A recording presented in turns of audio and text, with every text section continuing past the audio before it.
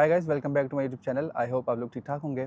आज मेरे साथ हैं हमारे जमाल भाई, जिनसे हम फ्रेंच वीज़ा और स्टूडेंट वीज़ा की जितने भी इन्फॉर्मेशन है वो उनसे खींच निकाल के आप लोगों को समझाने की कोशिश करेंगे। तो सबसे पहले जो है इनका थोड़ा सा इंट्रोडक्शन। मेरा नाम जमाल अब्दुल नासिर है और बैचलर्स मैंने किया था कायद-ए-आज़म यूनिवर्सिटी से। और फ्रांस में अभी मेरे 4 महीने हुए हैं और मैं मास्टर्स के लिए यहाँ आया हूँ।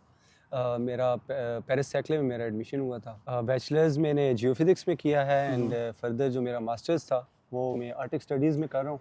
एडमिशन से लेकर वीज़ा तक के 4 से 5 स्टेप बनते हैं। जिस तरह इटालियन स्टूडेंट वीज़ा का आपको पता होगा, मैं पिछले 2 साल से बता रहा हूँ कि 3 से 4 स्टेप उसके होते हैं, वो तब तक आपको याद हो चुका होगा। तो इसी तरह फ्रेंच वीज़ा, स्टूडेंट वीज़ा, आज हम स्कॉलरशिप की बात नहीं करेंगे, जस्ट वीज़ा की बात करेंगे। तो इसके 3 से 4 स्टेप होते हैं या मोस्ट प्रोबेबली 5 स्टेप होते हैं। तो इसको हम अभी एक-एक करके इस पे बात करेंगे। तो सबसे पहला स्टेप जो है वो एडमिशन का होता है। सबसे पहले एडमिशन सिक्योर करेंगे, आपको एक्सेप्टेंस लेटर मिलेगा तो आप फर्दर प्रोसेस कर सकते हैं। तो ये एक मैंडेटरी चीज़ है। और फ्रांस के अंदर डिफरेंट यूनिवर्सिटीज़ हैं, लाइक 70 प्लस पब्लिक यूनिवर्सिटीज़ हैं और देन प्राइवेट यूनिवर्सिटीज़ हैं जहाँ पर आप अप्लाई कर सकते हैं। इसके अलावा जो प्लेटफॉर्म्स हैं तो वो डिफरेंट हैं, लाइक एडमिशन्स के डिफरेंट क्राइटेरियाज़ हैं जिनके आप अप्लाई कर सकते हैं और मैक्सिमम यूनिवर्सिटीज़ में आप अप्लाई कर सकते हैं इसमें। तो डिफरेंट मेथड्स हैं जिसके ज़रिए आप अप्लाई कर सकते हैं, जिसमें एतुदिस इन फ्रांस का एक बहुत अच्छा इन्होंने प्लेटफॉर्म बनाया हुआ था जहाँ से आप अप्लाई कर सकते थे। तो उसकी तो डेट है ऑलमोस्ट एंड हो चुकी है, फरवरी के एंड पे उसकी डेट थी।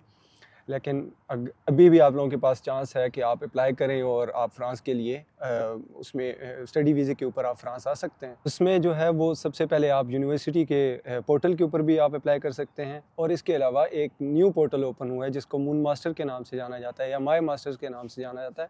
वहाँ पर भी आप अप्लाई कर सकते हैं। तो मैं इसको थोड़ा सा समराइज़ करता हूँ कि आपके पास जो है ना फ्रांस में मोर देन 70 पब्लिक यूनिवर्सिटीज़ हैं और उसके बाद जो है बहुत सारी प्राइवेट यूनिवर्सिटीज़ भी हैं।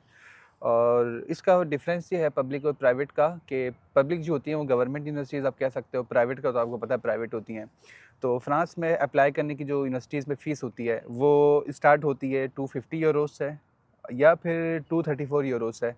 234 यूरो से लेकर 2000 यूरो तक की आपकी फ़ीस होती है। अब ये फ़ीस डिपेंड करती है आपके प्रोग्राम पर कि अब जैसे कि इनका जियो फिज़िक्स है तो ये कितनी फ़ीस पे करते हैं? मेरी ऑलमोस्ट फ़ीस 243 यूरोज़ है। 243 मतलब 1 साल की 243 यूरोज़ है, जो कि कुछ भी नहीं है, मैं कह सकता हूँ। और फिर इसके बाद जो बताया इन्होंने मेथड्स हैं, डिफरेंट मेथड्स, ये 3 मेथड्स आपके पास हैं। एक तो है डायरेक्टली आप यूनिवर्सिटी की वेबसाइट पे जाते हो, वहाँ अप्लाई करते हो। जैसे कि सोरबोन यूनिवर्सिटी है, पेरिस सेक्ले है, पेरिस सीते है और बहुत सारी यूनिवर्सिटीज़ हैं। आपने सिंपल उनकी वेबसाइट पे जाना है, वहाँ आपने देखना है कि कहीं न कहीं एडमिशन्स के सेक्शन में अप्लाई नाउ का ऑप्शन होगा। आपने वहाँ क्लिक करना है। अगर वहाँ पर उन्होंने कहा है कि आप यहीं पर सारी डिटेल फिल करो, तो आप वहीं पर फिल करो। अगर उन्होंने वहाँ ये सजेस्ट किया है कि आप जो है मॉन मास्टर MONMASTER इसकी वेबसाइट पर जाओ और वहाँ अप्लाई करो, तो आपने मॉन मास्टर जाना है। तो इन शॉर्ट आपके पास 2 मेथड्स होगा, एक जो है यूनिवर्सिटी पोर्टल पर, दूसरा है मॉन मास्टर पर। और भी तीसरा जो मेथड आता है वो इतुदिस इन फ्रांस, ऐसा ही है? बिल्कुल, एतुदिस इन फ्रांस। इतुदिस इन फ्रांस होता है, लेकिन उसकी जो है वो डेडलाइन फ़ेब में थी, जो कि ख़त्म हो गई है। यूनिवर्सिटी के पोर्टल के ऊपर जो यूनिवर्सिटी की वेबसाइट है वहाँ पर प्रोग्राम्स की डिफरेंट डेडलाइंस होती हैं। यहाँ पर फ्रांस में इस तरह होता है कि यूनिवर्सिटी की डेडलाइन नहीं होती, जबकि यहाँ पर प्रोग्राम्स की डेडलाइंस होती हैं।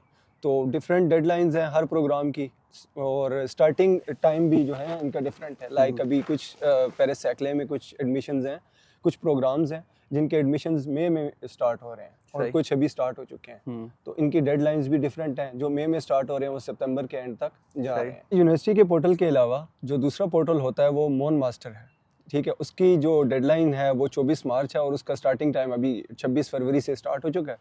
तो आप वहाँ पर भी अप्लाई कर सकते हैं। लेकिन अगर यूनिवर्सिटी के आप एडमिशन के अंदर जाएँ, वेबसाइट पे जाएँ, वहाँ पर एडमिशन में चेक करें कि यूनिवर्सिटी ने किस चीज़ को रिक्वायर किया हुआ है कि आपने यूनिवर्सिटी के पोर्टल पे अप्लाई करना है या मॉन मास्टर से अप्लाई करना है, ठीक है। तो अगर तो उन्होंने यूनिवर्सिटी का पोर्टल कहा हुआ है तो फिर आपको यूनिवर्सिटी के पोर्टल पे ही अप्लाई करना होगा, अदरवाइज़ आपको मॉन मास्टर के थ्रू अप्लाई करना पड़ेगा। और इसकी डेडलाइन जो है वो 24 मार्च है। आपको 24 मार्च से पहले अगर मॉन मास्टर की रिक्वायरमेंट है तो वहाँ जाके अप्लाई करना है। बाकी यूनिवर्सिटी की डेडलाइंस तो है वो वेरी करती हैं प्रोग्राम टू प्रोग्राम, और जो कि सितंबर तक चलती रहती हैं।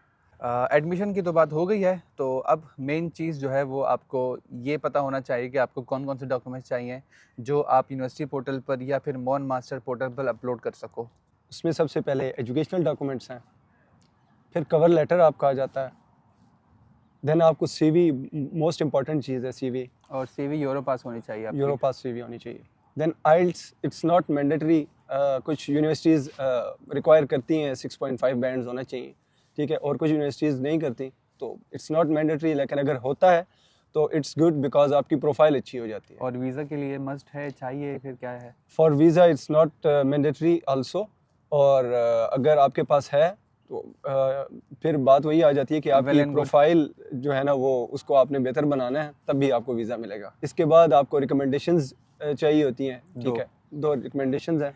जो आपने जहाँ से बैचलर्स किया है वहाँ के आप किसी भी असिस्टेंट प्रोफेसर, एसोसिएट या फिर प्रोफेसर से बनवा सकते हैं। इसके अलावा अगर आप कहीं पे काम कर रहे हैं, ठीक है, तो वहाँ से भी आप मैनेजर से अपने, या जहाँ पर भी आप काम कर रहे हैं तो किसी से भी आप बनवा सकते हैं। सही। देन कुछ यूनिवर्सिटीज़ ऐसी होती हैं जो आपसे कोर्स आउटलाइन रिक्वायर कर रही होती हैं, और वो भी आपको आपकी अपनी यूनिवर्सिटी से आपको मिल सकती है। जहाँ तक बात है डॉक्यूमेंट्स वेरिफिकेशन की, तो अब तक पिछले साल तक या आप अभी तक कह सकते हो कि इनको जो है वो आपकी डॉक्यूमेंट्स की वेरिफिकेशन नहीं चाहिए होती या इन्होंने मांगी नहीं है, चाहे वो आईबीसीसी से हो, चाहे वो एचईसी से हो या ministry of foreign affairs MOFA से हो। लेकिन मैं आपको ये सजेस्ट करूँगा कि आप अपने डॉक्यूमेंट जो है वो हर ऑफिस से अटेस्ट या वेरीफाई कराओ। मैट्रिक वाले मैट्रिक बोर्ड से होते हैं, इंटरमीडिएट वाले जो है वो आपको पता है इंटरमीडिएट बोर्ड से होते हैं, फिर उसके बाद जो है वो आईबीसीसी से होते हैं, और फिर उसके बाद मोफा से होते हैं, और फिर एचईसी के जो डॉक्यूमेंट्स होते हैं वो जो है एचईसी से होते हैं और फिर मोफा से होते हैं। खैर, सबसे पहला जो स्टेप था वो हमने एडमिशन का डिस्कस किया। दूसरा स्टेप जो है वो है Etudes in France. After getting acceptance letter आपने इतुदीज़ इन फ्रांस पे अप्लाई करना होता है।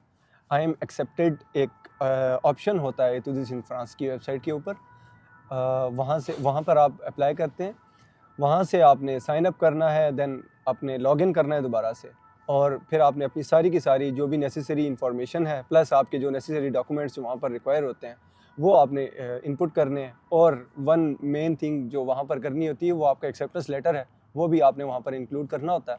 डॉक्यूमेंट्स अपलोड करने के बाद वो आपको एक ईमेल भेजते हैं जिसमें आपको 30,000 फीस पे करनी होती है, वो आप किसी भी पाकिस्तानी बैंक से आप जमा करवा सकते हैं। और 30,000 PKR में, यूरो मत समझना। और देन वो आपको एक PDF की फाइल जनरेट करके दे देते हैं जिसको आपने प्रिंट आउट निकाल के अपने पास रख लेना होता है, संभाल के रखना है। इतुदीज़ इन फ्रांस के बाद जो आपका तीसरा स्टेप होता है वो होता है AEG फ्रेंच वीज़ा सर्विसेज। अब इसमें होता क्या है कि आपकी जो एक PDF फाइल अभी जनरेट हुई है ना थोड़ी देर पहले, इतुदी इन फ्रांस है, आप उस PDF फाइल को और अपने जो है वो पासपोर्ट को लेकर जाते हो यहाँ पर AEG फ्रेंच वीज़ा सर्विसेज। इनके ऑफिस हैं कराची, लाहौर, इस्लामाबाद, सियालकोट और मुल्तान में। आपको स्पेसिफिक लोकेशन के लिए गूगल करना पड़ेगा कि AEG फ्रेंच वीज़ा सर्विसेज कहाँ पर है। जब आप अपने ये डॉक्यूमेंट्स लेकर जाते हो और उनसे रिक्वेस्ट करते हो कि भाई मैंने अपना जो है स्टूडेंट वीज़ा के लिए अप्लाई करना है, तो मुझे इंटरव्यू की अपॉइंटमेंट चाहिए, तो वो आपको जो है ना इंटरव्यू की अपॉइंटमेंट भी देते हैं, साथ साथ में वो आपको जो है वो एक डॉक्यूमेंट्स की चेक लिस्ट भी देते हैं कि आपको इंटरव्यू के टाइम कौन कौन से डॉक्यूमेंट्स लेकर जाने हैं।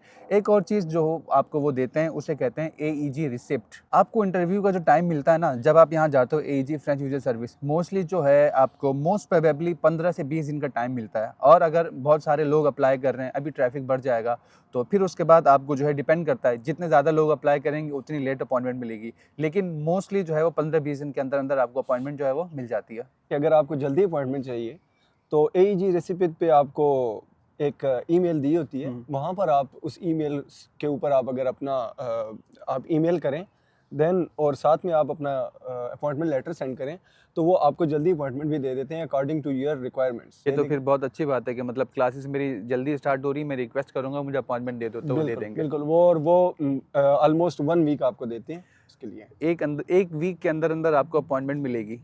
AEG फ्रेंच वीज़ा सर्विसेज के बाद जो चौथा स्टेप है, वो चौथा स्टेप होता है वो आपका apply for visa application online.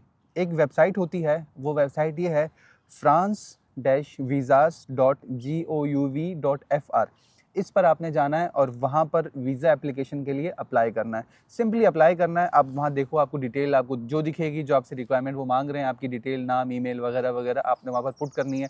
हो सकता है वो आपसे वीज़ा आपके एडमिशन लेटर और दूसरे डॉक्यूमेंट्स मांगे वो अपलोड कर देना। एक सिंपल PDF फाइल जनरेट होगी और उसको आपने संभाल के रखना है, और जब आपकी अपॉइंटमेंट होगी इंटरव्यू की, तो आपने अपने साथ वो लेकर जाना है। इसके बाद आखिरी चीज़ और बहुत इंपॉर्टेंट चीज़ जो है वो है वीज़ा के डॉक्यूमेंट्स।